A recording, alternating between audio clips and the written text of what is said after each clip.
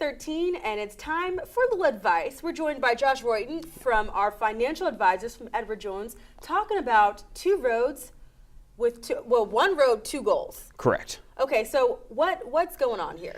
So it's back to school time. So yes, it is. Lots of kids back in school. Really, it's a great time to start thinking about looking at saving for education goals for your children. But at the same time, most of us also need to put money away for our own retirement as well. That's true. Yeah. So it's gonna be tough. Yeah, absolutely. Because a lot of us, we struggle just to put money away for just for our own retirement. I know that's right. Right. Exactly. So there really is a strategy where you can work with a financial advisor to look and see, maybe maybe someone won't be able to pay for their entire child's education, but maybe a portion of it. Or maybe you can pay for the kid's entire education if that's your goal, but you might need to delay retirement by a couple of years. Okay, so what are some tips and advice that we could do? Absolutely. So first of all, as far as there's kind of a nice little checklist. Okay. So you want to outline your current financial situation to determine where you are today. See where we're starting. Yes. Okay. Get that baseline. Figure out, okay, this is where we're at today. Where can we go? Okay. Then you want to discuss potential trade-offs with other goals you may have. So that goes back to, do you really need to retire at 62, or are you okay working to 65 if that means your kid's education is paid for? Fair.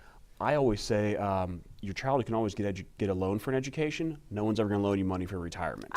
Yeah, you know what? That's a very good point. It'd be nice if they did, because unfortunately, after you're retired, you just wouldn't have to pay it off. Right, exactly. You're done retiring. Sorry, I have no income. So I always take, maybe set retirement up and make that your first priority. Okay. And then helping kids, for a lot of people, probably should be the second priority. That makes sense. Okay. And then you can review your different options for education savings. There's a lot of different plans out there. Some provide tax advantage benefits, some don't provide tax advantage, but they're more flexible. So looking at the various actual investment vehicles makes a lot of sense too. Okay. So, what I really think I like about this plan, and a lot of the plans that you come to us with, is really knowing where we are.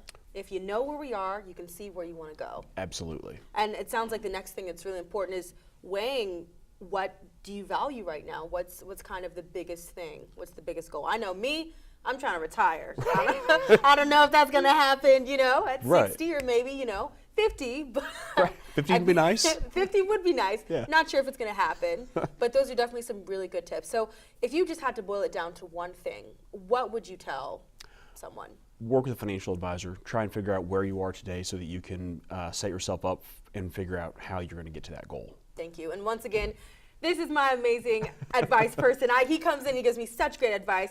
And speaking of great